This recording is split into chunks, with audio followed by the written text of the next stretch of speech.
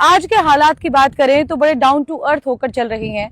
तो आज हम लोग पहुंचे हैं सारावास के सुधराना रोड पर, जहां पर ये अपनी गौशाला का निर्माण करने वाले हैं।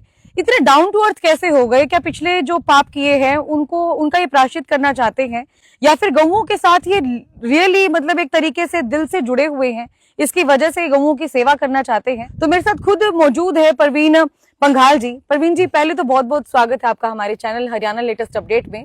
धन्यवाद बहन जी। जी, तो भाई साहब, जैसे मैंने आपसे ये सवाल किया, जैसे नो डाउट 2012 के आप इतने कुख्यात गैंगस्टर रह चुके हैं और बड़े किस्से भी आपके वायरल हुए थे कि मुठभेड़ जब हुई थी तो 3000 के तकरीबन पुलिस वाले आए थे आपको पकड़ने के लिए, और पूरे देश के अंदर उस गैंगवार का, उस जो है मुठभेड़ का डंका बजा था, मैं कह सकती हूँ। पूरे ऑल ओवर नेशन में वायरल हुई थी।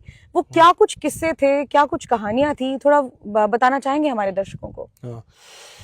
बहन जी, क्या है कि 2008 की बात है जी। उस टाइम पे मैंने +2 की थी। पिताजी ने एक शराब की दुकान में मतलब ठेका में हिस्सेदारी कर रखी थी। ठीक है। तो यहाँ एक नजदीक का ही था उस टाइम पे गैंगस्टर कह लो या कुछ भी कह लो आप, केर सिंह सुरेड़ी गांव का। वो बार बार में उधार मांग के उनके साथियों के साथ पिताजी ने परेशान कर रहा था और उन्हें मार छेड़ कर दी जी। उसका बदला में भी देखो किसी का माँ बाप के साथ है, अगर इसी हरकत हो है तो बालक के दिमाग में तो देखो एक ही चीज जागी, मर जाए मार दिया। उनके साथ हमने भी मार छेड़ करी। उसने उस टाइम पे अपना एक SHO था गोपीचंद, उस तो मिली भगत करके मेरा आराम जैक्ट का झूठा मुकदमा दिवा दिया। अच्छा। हाँ, उस झूठा मुकदमा था मेरा सारा जो सपना था, भाई आर्मी में भर्ती होना है या कोई नौकरी करनी है या गेम करना है। मेरा हैंडबॉल में भी HD स्कूल है यहाँ तो नजदीक, उसमें के नाम हैंडबॉल में भी मेरी स्टेट में पोजीशन थी। तो गेम भी अच्छा था और उसके बाद रेसलिंग करी, मतलब गेम में भी और पढ़ाई थोड़ी कमजोर थी, बाकी गेम में और तरीका था, मतलब उस टाइम पर कितने न कितने कामयाब हो जाए। और यह इस लाइफ तो बहुत दूर था, पर उन्होंने झूठा मुकदमा ला दिया। उसके बाद मैंने बार बार परेशान करता रहा। हर बार को छोटी भी बात हो जा, छोटी छोटी बातों पर मतलब एक जबरदस्ती टारगेट करना, उन चीजों ने मतलब इस क्राइम का रास्ता पे धका दिया। मैं जबरदस्ती क्राइम का रास्ता पर धकाया गया हूँ। मैं कोई गैंगस्टर को नहीं, ना मैं कोई आदतन अपराधी, ना आज से पहले मेरा परिवार पर किसी पे कोई मुकदमा।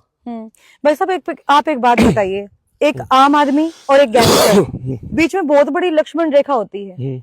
वो एक आम आदमी कैसे उस लक्ष्मण रेखा को फांद देता है, जिसके बाद वो एक गैंगस्टर भी कहलाए, एक अपराधी भी कहलाए, और उसके बाद फिर जो भुगतभोगी होते हैं वो परिवार के लोग? क्या होता है, कई बार तो आदमी की कुछ ऐसी मजबूरी हो जाती है कि उन्हें पुलिस प्रशासन न्याय नहीं दिवा पाता। कोई मजबूरी हो जाए, कोई लाचारी, किसी का माँ मार दी, किसी का भाई बाप मार दिया, वो एक मजबूरी होगी। या कुछ ये मान लो कि उनका संतुष्टि ना होती, कानून की न्याय प्रक्रिया तो उनका संतुष्टि ना होती, वो बदला लेने की कितनी कितनी भावना रहे है, मजबूरी हो जाए। और आजकल क्या है कि 90% या कहना चाहूंगा मैं कि ऐसी मजबूरी ना हो कि ज्यादातर बालक एक लग्जरी लाइफस्टाइल का चक्कर में अपने भूल जाए रास्ता ने कि उन्हें क्या करना चाहिए, और इस लाइफ में आ जाए जो गैंगस्टर की चकाचौंध देखे हैं। ये के बारे में थोड़ा सा बैकग्राउंड भी मैं आपको बताना चाहूंगी कि अभी जो है ये समाज सेवा में उतर चुके हैं। बहुत सारे बच्चे ऐसे थे जो गैंगस्टर बनना चाह रहे थे या फिर इस फील्ड के अंदर इसीलिए उतरना चाह रहे थे। वही बात है कि आजकल चकाचौंध की जिंदगी में लोग रहना ज्यादा पसंद करते हैं। हालांकि धरातल के ऊपर काम करने वाले बहुत कम लोग मिलेंगे, प्रैक्टिकली काम करने वाले लोग बहुत कम मिलेंगे। तो इन्होंने ये बीड़ा भी उठाया है कि उन बच्चों को ट्रैक से, जो वो गैंगस्टर वाले ट्रैक पर चल रहे हैं, वहां से उतारकर उन लोगों को अपने साथ में रखें और समाज भलाई के कार्यों में लगाएं। भाई साहब, इसकी शुरुआत ये एकदम से, वो कहते हैं ना कि सोच का परिवर्तन हो जाए, ये सोच का परिवर्तन एकदम से कैसे हुआ कि एक तरफ तो इतना ज्वलनशील दिमाग कि करने को मिटने को तैयार हो जाए, और एक तरफ इस प्रकार की सोच कि जो बच्चे जाना चाहते हैं उस ऐसी डार्क लाइफ में कि जिसका कोई फ्यूचर ही नहीं है और पता भी नहीं है कि आज है तो कल नहीं, तो और वो भी अकाल मृत्यु के साथ। तो एकदम से ये माइंड कैसे चेंज हुआ आपका कि ऐसे बच्चों को सुधारना चाहिए और उनको ट्रैक पर लेकर आना चाहिए? बहन जी, क्या है कि मैं सनातन धर्म में विश्वास रखूँ। ठीक है। और मेरी शुरू से धार्मिक भावना रही है। मेरी ज्यादातर जिंदगी साधु संतों के साथ गुजरी है।